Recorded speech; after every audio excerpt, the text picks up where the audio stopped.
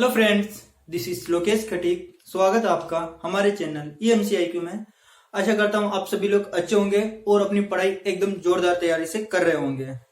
ठीक है, तो आज अपन पढ़ने वाले हैं आपके ऑर्गेनिक केमिस्ट्री के इंपॉर्टेंट शॉर्ट क्वेश्चंस जो डेड नंबर के आते हैं। आपके डेड नंबर के जो क्वेश्चन आते हैं वो करने वाले हैं। लगभग 10 या 15 क्वेश्चन अपन करेंगे।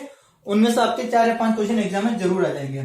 देखो, ऑर्गेनिक केमिस्ट्री के अंदर मैंने आपको एल्कोहल, कीटोन, एल्डिहाइड, कार्बोक्सिलिक अम्ल और फिनोल ये कंप्लीट करा दिया। तो इनसे भी आपके आराम से 25 नंबर के सवाल हो जाएंगे। लेकिन अपन छोटे छोटे क्वेश्चंस करते हैं डेड नंबर वाले, और फिर नेक्स्ट वीडियो आएगी जिसके अंदर अपन 3-3 नंबर वाले क्वेश्चंस करेंगे। तो डेड नंबर वाले क्वेश्चन में आपके पहला जो क्वेश्चन है वो है कि क्रोमोफोर या वन मूलक किसे कहते हैं।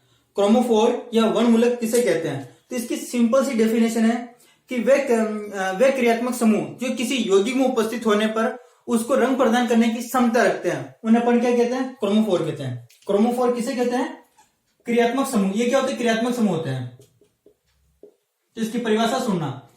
वे क्रियात्मक समूह जो किसी यौगिक में उपस्थित होने पर उसे रंग प्रदान करने की क्षमता रखते हैं। उन्हें अपन क्या कहते हैं?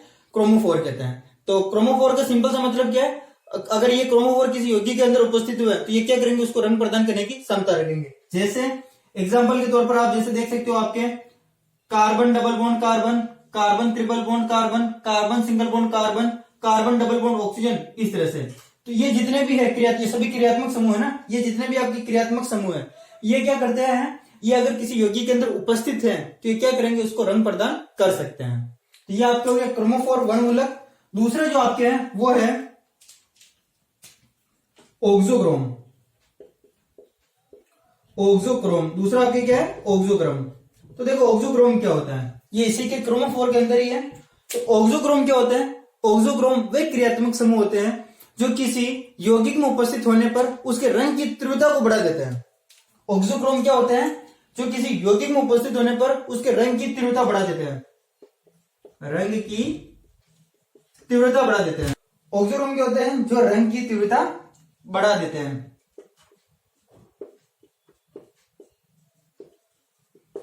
ठीक है, तो ऑक्सोक्रोम की एक बार परिभाषा वापस सुनो कि वे क्रियात्मक समूह जो किसी यौगिक में उपस्थित होने पर उस यौगिक के रंग की तीव्रता बढ़ा देते हैं, उन्हें अपन क्या कहते हैं? ऑक्सोक्रोम कहते हैं। जैसे एग्जांपल के तौर पर आप देखो, आपके OH, OR, हेलोजन, ये जितने भी क्रियात्मक समूह है अगर ये किसी यौगिक के अंदर उपस्थित हुए तो ये क्या करेंगे? उसकी तीव्रता में वृद्धि कर देंगे। तो ये आपके हो गया क्रोमोफोर वन मूलक ऑक्सोक्रोम।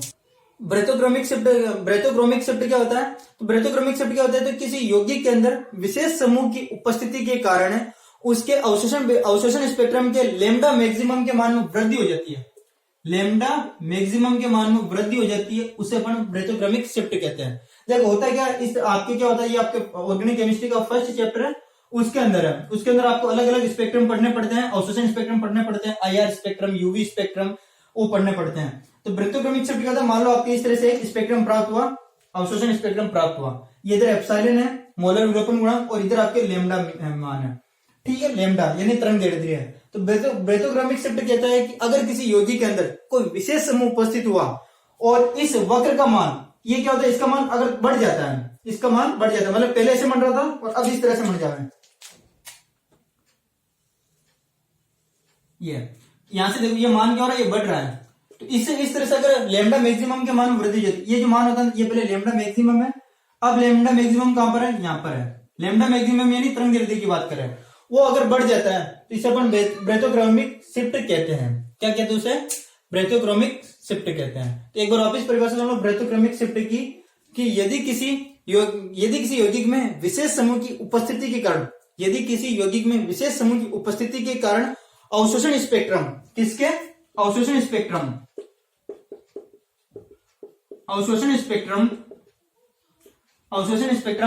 के लेमडा मैक्सिमम के मान में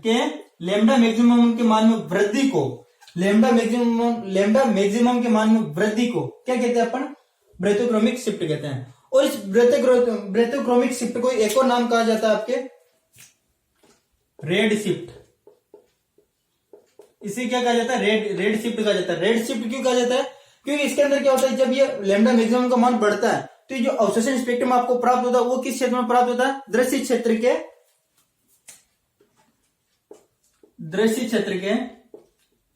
लाल रंग में प्राप्त होता है। मतलब जो अवशोषण स्पेक्ट्रम प्राप्त होता है वो दृश्य क्षेत्र के लाल रंग में प्राप्त होता है, इसलिए इसे रेड शिफ्ट भी कहते हैं।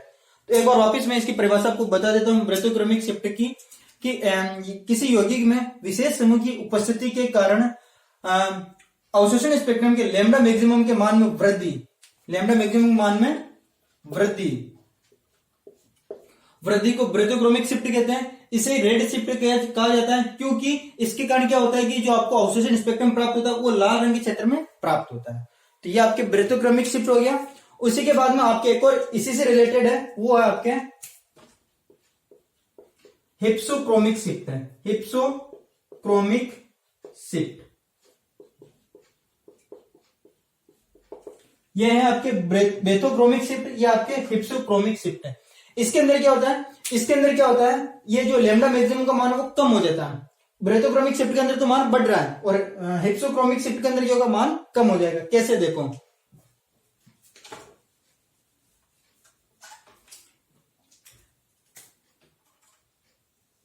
कुछ इस तरह से, लैम्डा मैक्सिमम का मान पहले यहां पर प्राप्त हो रहा था, अब लैम्डा मैक्सिमम का मान क्या होगा, नीचे प्राप्त होगा। तो हिप्सोक्रोमिक शिफ्ट का मतलब क्या होता है कि किसी यौगिक में विशेष समूह की उपस्थिति के कारण अवशोषण स्पेक्ट्रम के लैम्डा मैक्सिमम के मान में कमी को क्या कहता है, आपको हिप्सोक्रोमिक शिफ्ट कहते हैं। क्या कहते हैं, हिप्सोक्रोमिक शिफ्ट कहते हैं। इस ब्रेथोक्रोमिक शिफ्ट के अंदर आपको क्या ध्यान रखना है, वृद्धि ध्यान रखनी है। हिप्सोक्रोमिक शिफ्ट के अंदर आपको क्या ध्यान रखना है, कमी ध्यान रखनी है। ठीक है, नेक्स्ट हमारा क्वेश्चन है, ये आपके एग्जाम के अंदर आया हुआ है कि पराबैंगनी स्पेक्ट्रम का तरंगदैर्ध्य क्षेत्र कितना होता है और दृश्य स्पेक्ट्रम का तरंगदैर्ध्य क्षेत्र कितना होता है। तो देखो इसमें आपको केवल वैल्यू याद करनी है। पराबैंगनी स्पेक्ट्रम का जो तरंगदैर्ध्य क्षेत्र होता है वो 200 से 400 नैनोमीटर, 200 से 400 नैनोमीटर तक होता है। नैनोमीटर यानी एनएम, 10 के बाद -9। और दृश्य स्पेक्ट्रम का तरंगदैर्ध्य कितना होता है, वो होता है 400 से आपके 750 एनएम। 400 से आगे कितना होता है, 750 होता है। पराबैंगनी स्पेक्ट्रम का तरंगदैर्ध्य क्षेत्र 200 से 400 और दृश्य का 400 से 750। ये वैल्यू आपको ध्यान रखनी है। फिर आपकी जो नेक्स्ट क्वेश्चन है वो है मोलर विलोपन गुणांक। मोलर विलोपन गुणांक, देखो मोलर विलोपन गुणांक क्या होता है। तो मोलर विलोपन गुणांक के अंदर क्या होता है, ये आपको और ज्यादा डिटेल में तब समझ में आएगा जब आपको मैं लैम्बर्ट बियर का नियम पढ़ाऊंगा। वो नियम अपन पढ़ेंगे 3 नंबर वाले सवाल में। तो इसके बस आपको थोड़ी सी जानकारी दे देता हूं। होता है क्या है कि इस तरह से आपके पास में कोई, मान लो आपके पास में माध्यम है जिसके अंदर ऐसे विलयन पड़ा हुआ है, और विलयन के अंदर आपको पता है क्या होता है, बहुत सारे अणु होते हैं, ये अणु है। ठीक है, इधर से मान लो कोई प्रकाश की किरण है, एक बनी प्रकाश इस तरह से कोई किरण आ रही है इस तरह से। ठीक है, जिसकी अपन ने तीव्रता मान ली I0 है। इधर से कोई आपके प्रकाश स्रोत लगा हुआ है जिससे क्या आ रही है, कोई प्रकाश किरण आ रही है जिसकी तीव्रता कितनी है, I0 है। अब देखो ये किरण क्या हो सकती है, ये किरण देखो यहां से वापस परावर्तित हो सकती है, इसके अंदर जा सकती है और इससे पारगमित हो सकती है। यही हो सकता है ना, ये जो किरण है इस विलयन में गुजरेगी, थोड़ी सी परावर्तित हो जाएगी, थोड़ी सी विलयन में से गुजरेगी और थोड़ी सी पारगमित हो जाएगी, है ना। तो देखो जो परावर्तित होती है उसे IR से दर्शाते हैं। यहाँ पर जो किरण होती है, प्रकाश की किरण की तीव्रता वो अवशोषित होती है जिसे अपन IA से दर्शाते हैं, और इधर पारगमित हो जाती है इसे IT से दर्शाते हैं, है ना। ये आपको ध्यान नहीं रखना। मोलर विलोपन गुणांक को मतलब आपको और मैं अच्छा समझाऊंगा।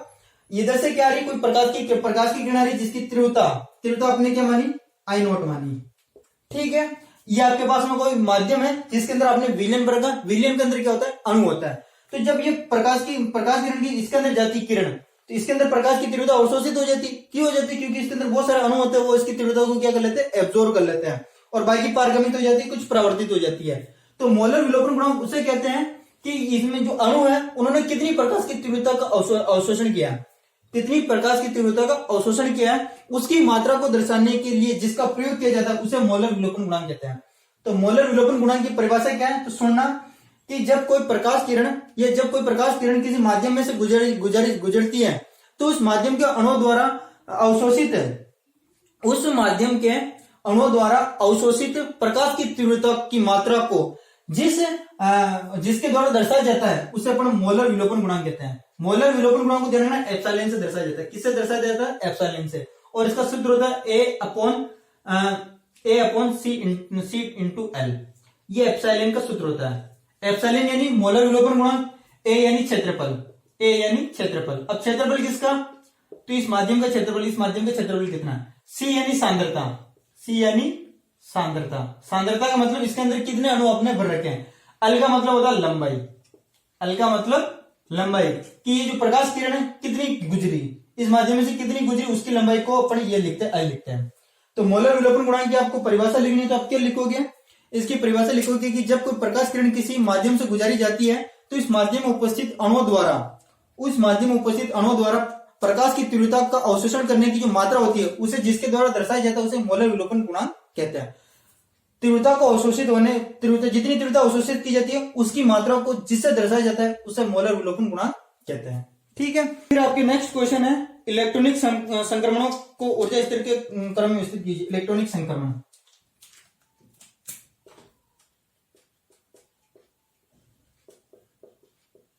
आपके नेक्स्ट क्वेश्चन है इलेक्ट्रॉनिक संक्रमण,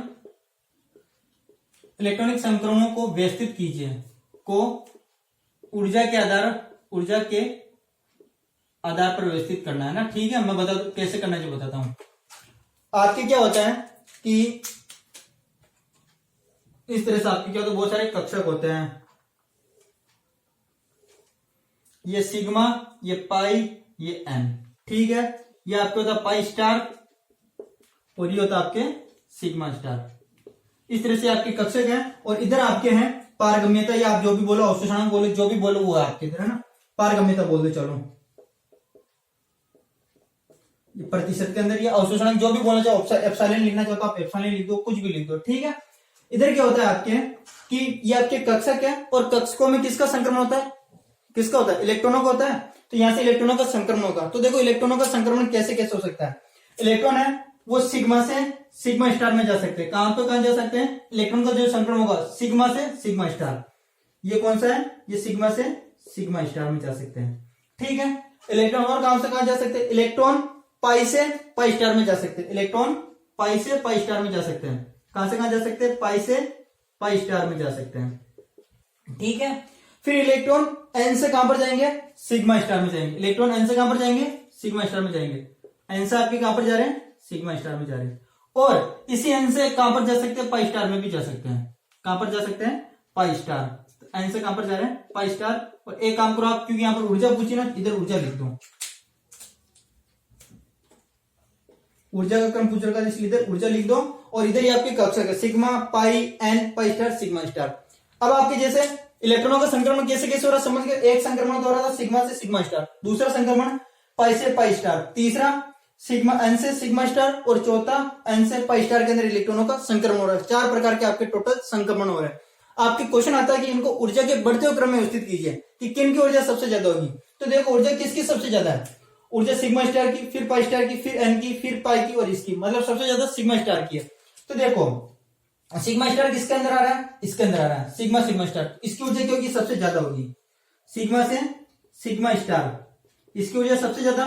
फिर देखो सिग्मा स्टार देखना, सिग्मा स्टार कहां पर है, तो आप देखो कि सिग्मा स्टार देखो यहां से तो पाई पाई स्टार है, यहां पर देखो एन से सिग्मा स्टार आ रहा है, कि सिग्मा स्टार की ऊर्जा ज्यादा है। तो दूसरी ऊर्जा किसकी ज्यादा होगी, एन से, जो आपके इलेक्ट्रॉन संक्रमण हो रहा है सिग्मा स्टार, इसकी ऊर्जा ज्यादा होगी, एन से सिग्मा स्टार। ठीक है, फिर देखो किससे होगी, पाई से पाई स्टार, क्योंकि पाई स्टार की ऊर्जा ज्यादा है। तो आप क्या लिखोगे, पाई से पाई स्टार और फिर एन से पाई स्टार, एन से पाई स्टार। तो ये आपके किसका क्रम है, ऊर्जा संक्रमणों का ऊर्जा का बढ़ता हुआ क्रम है। ऊर्जा किसकी ज्यादा होगी, इसकी, फिर इसकी, फिर इसकी और ये आपको ध्यान रखना है। एमएमपीपी का पूरा नाम लिखिए और इसकी संरचना बनाइए। तो देखो एमएमपीपी का पूरा नाम देखो, एम का मतलब फर्स्ट का मैग्नीशियम, एम का मतलब मैग्नीशियम, इस एम का मतलब मोनो, पी का मतलब परोक्सी और एक और पी का मतलब थैलेट। तो इसका पूरा नाम क्या हो गया, magnesium mono proxy phthalate. M यानी मैग्नीशियम, एम यानी मोनो, पी यानी प्रोक्सी और पी यानी phthalate, magnesium mono proxy phthalate. फिर इसकी संरचना कैसे बनती है, तो देखो इसकी संरचना जैसे मैं बना रहा हूं वैसे आपको बनानी है। पहले आपको बनाना है एक बेंजीन, तो आप इस तरह से क्या करो, एक बेंजीन बना दो। ठीक है, ये बेंजीन हो गया। फिर यहां पर आप जोड़ो C डबल बॉन्ड O, इधर भी जोड़ो C डबल बॉन्ड O, ठीक है। इधर भी जोड़ो ऑक्सीजन, इधर भी जोड़ो ऑक्सीजन, इधर जोड़ दो आप OH, ऑक्सीजन OH। इधर आपको कुछ नहीं जोड़ना, इधर आपको माइनस लिखना है, फिर इसको ऐसे ब्रैकेट में बंद करना है, नीचे यहां पर 2 लिखना है और यहां पर आपको लिखना है Mg+2। क्या लिखना है? Mg+2 लिखना है। ये आपकी संरचना है किसकी? MMPP की। Benzene C double bond O O OH, इधर भी देखो C डबल बॉन्ड O, इधर क्या आपके माइनस है, फिर ब्रैकेट में अंदर आपको 2 लिखना है और Mg+2 लिखना है। तो ये आपकी संरचना है MMPP की। एक और आपका आता है, आपके आए थे एक बार टेट्राहाइड्रोफ्यूरिन, टेट्राहाइड्रोफ्यूरिन की संरचना और इसका आईयूपीएसी नाम लिखिए। टेट्राहाइड्रोफ्यूरिन की संरचना और इसका आईयूपीएसी नाम लिखिए। तो देखो टेट्राहाइड्रोफ्यूरिन की संरचना क्या होती है, इसकी जो आपकी संरचना होती है वो इस तरह से होती है, इस तरह से आपको यूं बनाना है, और ये ऑक्सीजन है ना, क्या है आपके? ये ऑक्सीजन है। ये जो संरचना आपके है वो किसकी है? टेट्राहाइड्रोफ्यूरिन की। अगर आपको सिंपल फ्यूरिन की पूछ ले, किसकी? फ्यूरिन की, केवल आपको फ्यूरिन की पूछे तो आप क्या लिखोगे? फ्यूरिन की संरचना, फ्यूरिन की इस तरह से होती है। ये जो संरचना बनी, यहां पर दोनों तरफ डबल बॉन्ड फ्यूरिन की है, यहां से दोनों डबल बॉन्ड हटा दो तो किसकी बनती है? टेट्राहाइड्रोफ्यूरिन की। इसका आईयूपीएसी नाम होता है ऑक्जेलेन, ऑक्जेलेन। इसका आईयूपीएसी नेम क्या होता है? ऑक्जेलेन इसका आईयूपीएसी नेम होता है, ठीक है। फिर आपकी नेक्स्ट क्वेश्चन है कि किस प्रकार के एल्कोहल आइडोफॉर्म परीक्षण देते हैं?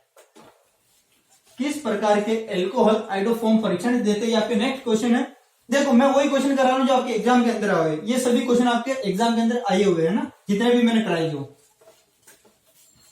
तो आपके क्वेश्चन है कि किस प्रकार के एल्कोहल आइडोफॉर्म परीक्षण देते हैं? किस प्रकार के एल्कोहल आइडोफॉर्म परीक्षण देते हैं? तो सिंपल सा आपको आंसर लिखना है कि वे एल्कोहल मतलब इस तरह के CH3 CH2 बॉन्ड OH और इस तरह से। यहां पर क्या जोड़ेगा? ये बॉन्ड है ना, ये भी बॉन्ड, ये भी बॉन्ड। तो अगर आपको इस प्रकार का एल्कोहल दिख जाए CH3 CH2 OH, अगर इस तरह के एल्कोहल दिख जाए तो आपको लिखना है कि ये सार के साथ अभिक्रिया कर किसके साथ में? सार के साथ में अभिक्रिया कर आइडोफॉर्म परीक्षण देंगे। कौन सा परीक्षण देंगे? आइडोफॉर्म परीक्षण देंगे। कौन सा परीक्षण देंगे? आपके आइडोफॉर्म परीक्षण देंगे। तो क्वेश्चन क्या था कि किस प्रकार के अल्कोहल आइडोफॉर्म परीक्षण देंगे?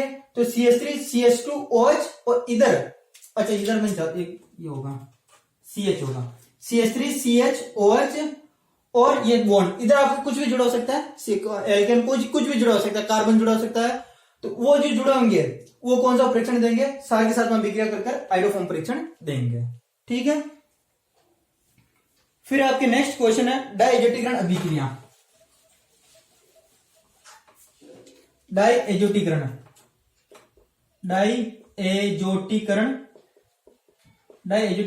अभिक्रिया लिखी है। ये भी आपके एक बार डेट नंबर में पूछी हुई, 3 नंबर में भी पूछी हुई है।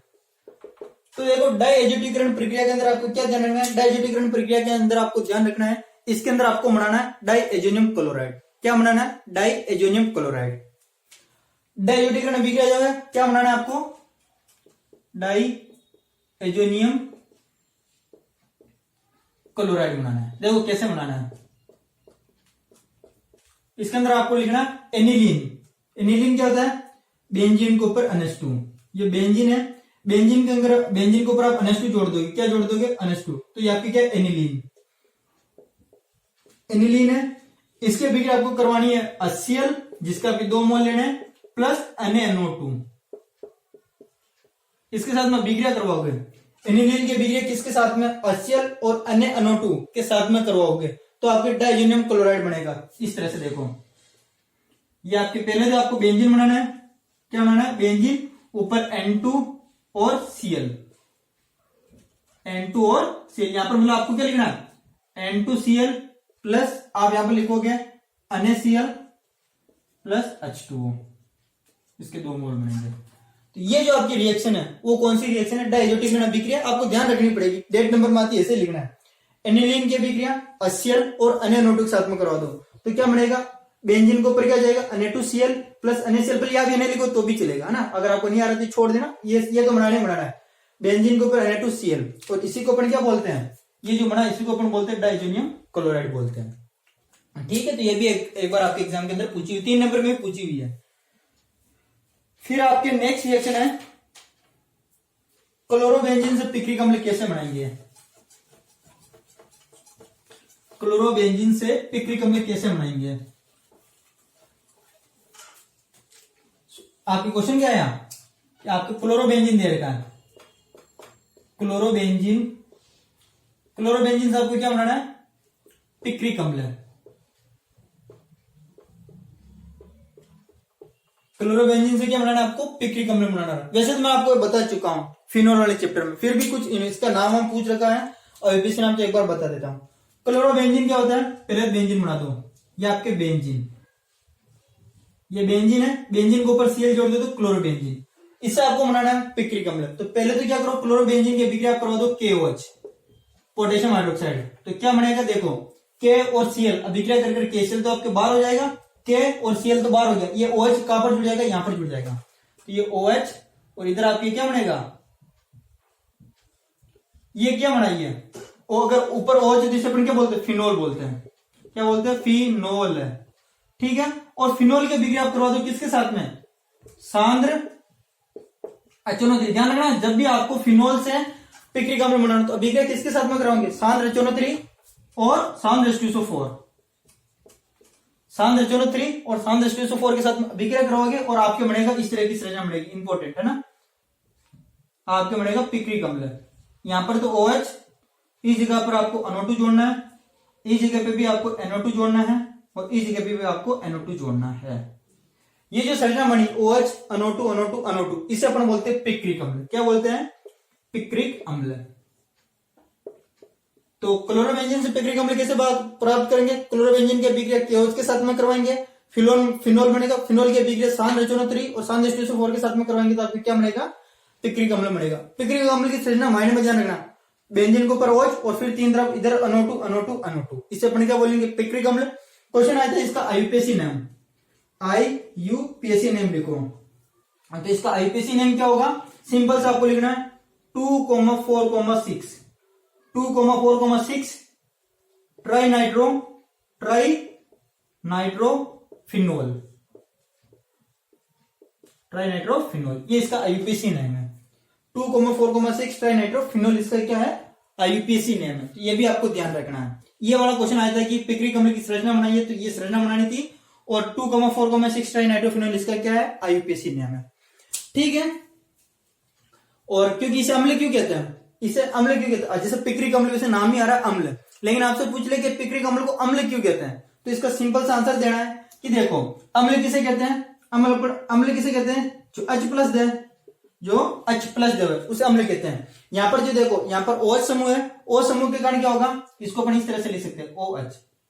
तो होता क्या है कि ये बॉन्ड मतलब ऑक्सीजन क्या करता है? इलेक्ट्रॉनों को अपनी तरफ खींचता है। ऑक्सीजन की विद्युत ऋणता हाइड्रोजन से ज्यादा है, ऑक्सीजन क्या करेगा? इन इलेक्ट्रॉनों को अपनी तरफ खींचेगा और हाइड्रोजन को पार कर देगा। मतलब हाइड्रोजन के इलेक्ट्रॉनों को अपनी तरफ खींचेगा ये। ऑक्सीजन अधिक विद्युत ऋणी क्या करता है? दूसरे को इलेक्ट्रॉनों को खींचता है। तो ये इलेक्ट्रॉनों को खींचेगा, यहाँ से इलेक्ट्रॉन इधर चले जाएंगे, फिर अनुनाद होता है, वो तो अगली बात है। बस यहाँ से ध्यान रखना, ऑक्सीजन की विद्युत ऋणता ज्यादा होती है, इसलिए क्या करता है? ये इलेक्ट्रॉनों को खींच लेता है और इसके कारण हाइड्रोजन H+ बनाकर बाहर हो जाता है। तो ये आपके हो गया पिक्रिक अम्ल। क्वेश्चन है वो है कि एल्कीन एमीन सारीय हैं, एल्कीन एमीन सारीय हैं, एल्कीन एमीन ये सारीय है, मतलब सारी प्रवृत्ति दर्शाता है, जबकि एसिटामाइड ये उदासीन है। ये क्या है? उदासीन है। क्यों? एल्कीन एमीन आपके सारीय है और एसिटामाइड उदासीन है, क्यों? तो देखो होता क्या है, एल्कीन एमीन का मतलब समझ, तो एल्कीन एमीन का मतलब इस तरह से देखो, CH3NH2, इससे अपन क्या बोलते हैं? एल्कीन एमीन बोलते हैं। एसिटामाइड क्या होता है? CH3 C+O और NH2, है ना, इसे अपन एसिटामाइड बोलते हैं। जिसके अंदर आपको C+O और NH2 दीजिए उसे एसिटामाइड बोलेंगे, है ना। तो आपको पता है नाइट्रोजन के ऊपर क्या होते हैं? 2 इलेक्ट्रॉन होते हैं, 2 टिपकियां, लोन पेयर, ठीक, ये होते हैं। तो आपने सबने पढ़ रखा होगा कि अगर किसी के पास में 2 इलेक्ट्रॉन युग्म है और वो इलेक्ट्रॉन युग्म में दान दे सकता है तो इसे अपन क्या कहते हैं? लुईस सार कहते हैं।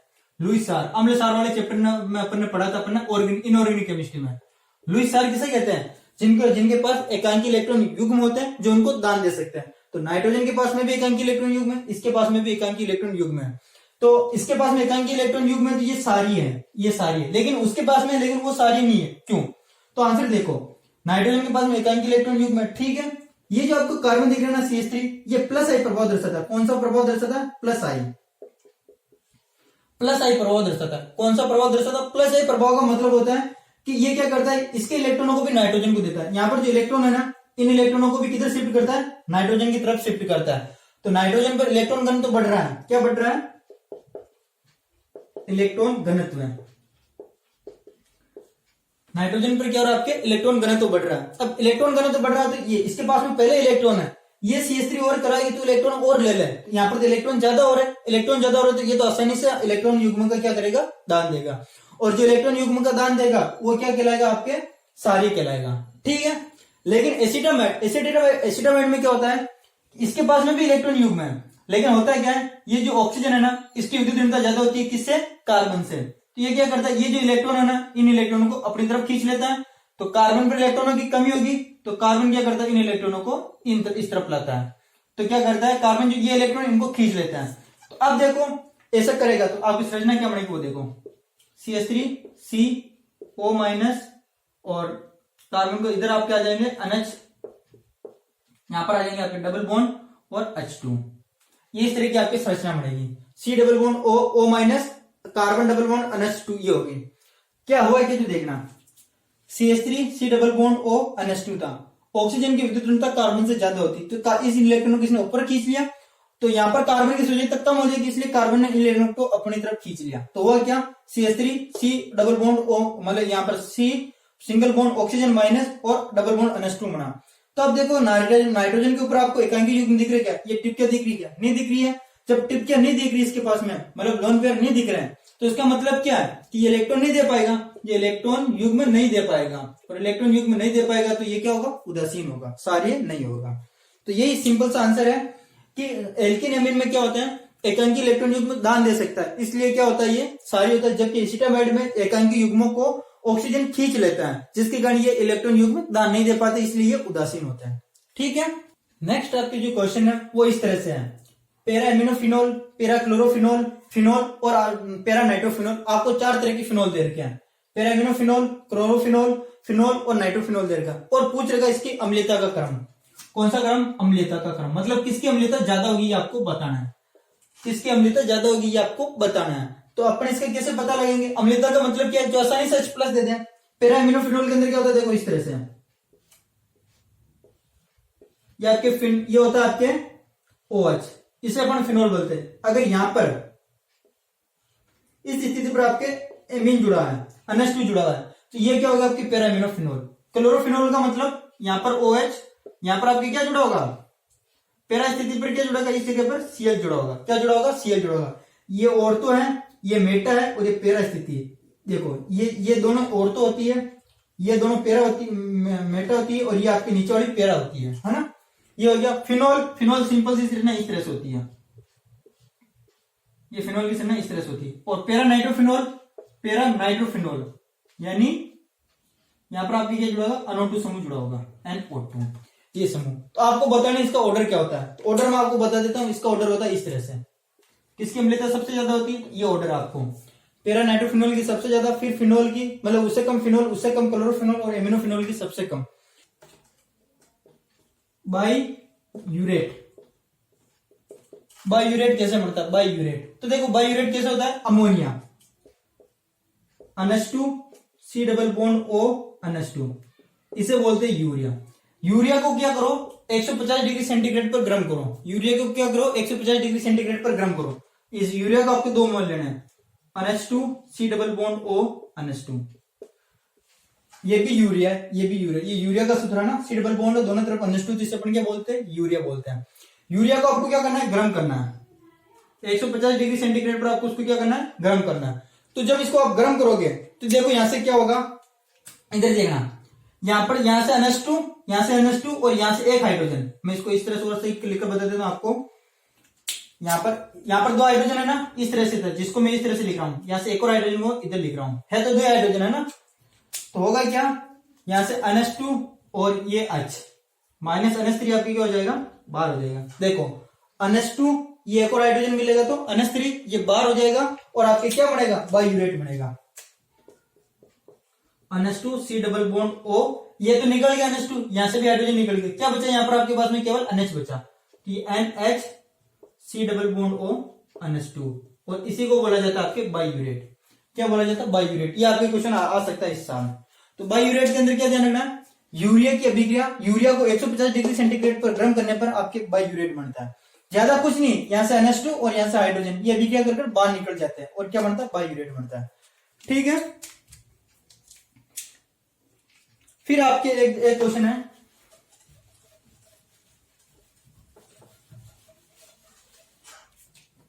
एक क्वेश्चन आपके हैं कि समाअवयवी एल्कोहल व इथर में किसका क्वथनांक कम होता है। समाअवयवी एल्कोहल व इथर में किसका क्वथनांक कम होता है। तो देखो समाअवयवी का मतलब क्या होता है, समाअवयवी का मतलब होता है अणुसूत्र समान होता है। क्या होता है, अणुसूत्र समान होते हैं। जैसे एक इधर देखना C2H6O, C2H6O दे रखा है, ये एक अणुसूत्र है। इसे देखो मैं दो कंपाउंड बना सकता हूं, एक में बना रहा हूं देखो CH3 CH2OH और एक में इससे बना रहा हूं CH3O CH3। देखो कार्बन कितने थे, दो थे, एक कार्बन दो कार्बन। हाइड्रोजन कितने थे, छह थे, तीन और दो पांच और एक छह हाइड्रोजन।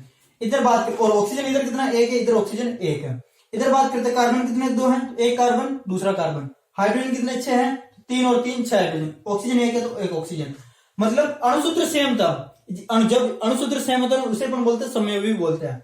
अणुसूत्र सेम है, ये अगर OH आ रहा है इसे अपन, ये क्या आपके एल्कोहल है, एल्कोहल, और ये आपके क्या है, आपके ये इस तरह से देखा CH3O CH3 इथर है। ये आपके क्वेश्चन आता है कि इनमें किसका क्वथनांक कम होगा, इनमें किसका क्वथनांक कम होगा। तो देखो है ना, इथर का क्वथनांक कम होगा, इथर का क्वथनांक कम होगा, क्वथनांक यानी इसका बॉइलिंग पॉइंट क्या होगा, कम होगा। क्यों होगा, क्योंकि इधर देखो, इधर एल्कोहल के पास में क्या हाइड्रोजन है, क्या है, हाइड्रोजन है। तो हाइड्रोजन है तो ये क्या कर सकता है, हाइड्रोजन बंद बना सकता है। ये क्या बना सकता है, हाइड्रोजन बंद बना सकता है, हाइड्रोजन बंद बना सकता है। जबकि यहाँ पर क्या है, हाइड्रोजन नहीं है, यहाँ पर हाइड्रोजन नहीं है, इसलिए हाइड्रोजन बंद नहीं बना सकता। तो सिंपल सा आंसर है कि इसमें इथर का क्वथनांक कम होगा। क्यों, क्योंकि इसका हाइड्रोजन बंद नहीं पाया जाता है, इसमें हाइड्रोजन बंद पाया जाता है। देखो ये हाइड्रोजन जुड़ा हुआ है, अगर आप इसके अंदर जल में घोलोगे तो ये हाइड्रोजन दूसरे जो विद्युत ऋण परमाणु है उनके साथ में क्या कर लेता है, बॉन्ड बना लेता है। तो ये है। और फिर आपके नेक्स्ट क्वेश्चन है, एक लास्ट क्वेश्चन बचा है,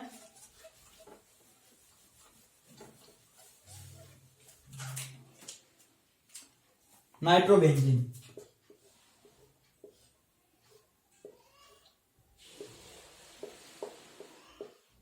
देखो आपके नेक्स्ट लास्ट क्वेश्चन है कि नाइट्रोबेंजीन फ्रीडल क्रोफ्ट अभिक्रिया नहीं देता है। नाइट्रोबेंजीन फ्रीडल क्रोफ्ट अभिक्रिया नहीं देता है, क्यों।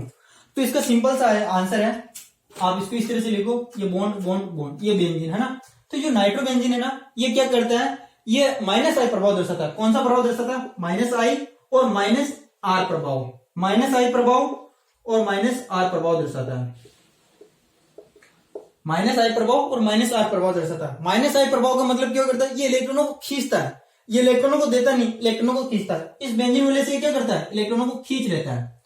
ये जो नाइट्रो समूह दिख रहा है ना, ये इस बेंजीन विलय से इलेक्ट्रॉनों को क्या कर लेता है, खींच लेता है। -I प्रभाव प्रेरणिक प्रभाव है ना, और ये -R का मतलब, R का मतलब होता है अनुनाद, रेजोनेंस है।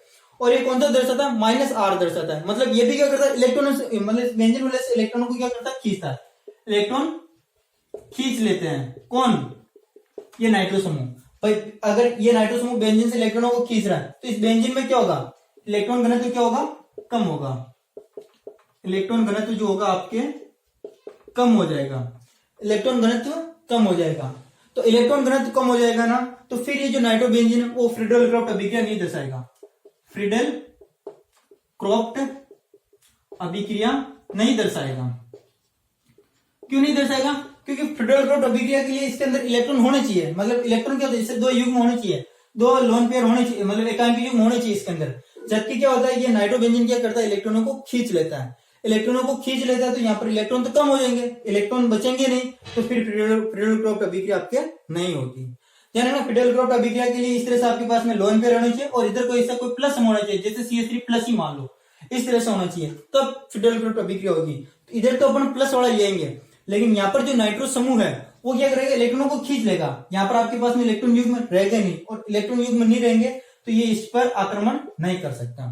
तो आंसर क्या लिखोगे इसका, मतलब नाइट्रोबेंजीन फिडेल ग्रुप अभिक्रिया नहीं दर्शाता, इसका आंसर क्या लिखोगे, इसका आंसर लिखेंगे कि नाइट्रोबेंजीन -I और -I प्रभाव दर्शाता है, जिसके कारण बेंजीन का इलेक्ट्रॉन घनत्व कम हो जाता है।